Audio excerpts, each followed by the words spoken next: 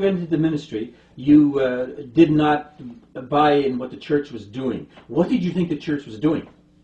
Back then? Yes, before you entered the ministry. Well, I knew that it was mostly talk. I mean, even as a kid sitting there in the United Church, I knew that you could just tell things. As kids are very intuitive, right? And they knew that these people aren't living what they're claiming. I mean, they're not loving one another. Is anyone coming over to our house when we're struggling? My dad doesn't have his job anymore. We had to move down to a hotel in the downtown part of Vancouver.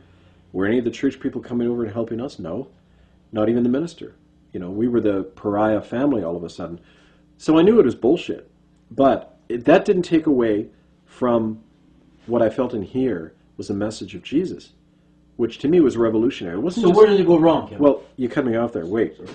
Sorry. It wasn't just that Jesus was a nice guy, right? You're the benign, kind of loving man. It was like the hippie, right? That's never how I saw him. I saw him as a revolutionary. He got murdered because he was challenging the powers on behalf of the people who didn't have any voice, on behalf of, the outcasts. I mean, the woman who was going to get stoned to death, or the people who are on the outside all the time, the guys who get shit on all the time. They finally had a champion. And he said, not only am I your champion, but God is too. God loves you more than the asshole is doing that to you. And that's a revolutionary thing to do. And it was beautiful. I mean, it was like to me a new world.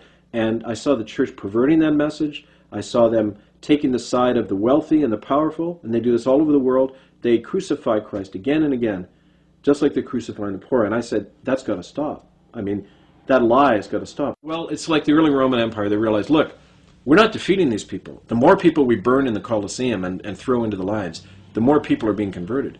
They have a moral power here that's growing in the world. Our soldiers are becoming Christians and are saying we don't want to fight anymore. The whole empire was unraveling. So they were smart. They said, you can't destroy a movement like this. You can co-opt and pervert it. And that's exactly what they did. They opened the door. They said, come on in and sit down, guys. Take a seat in the empire. We'll turn you into something successful. We'll give you power so you can convert people. We will give you the means to conquer in this world. You don't have to be persecuted anymore. And they accepted it. They turned their back on Christ. They shut the door on him. And they became the church. They became Christendom. And they got blood all over their hands as a result.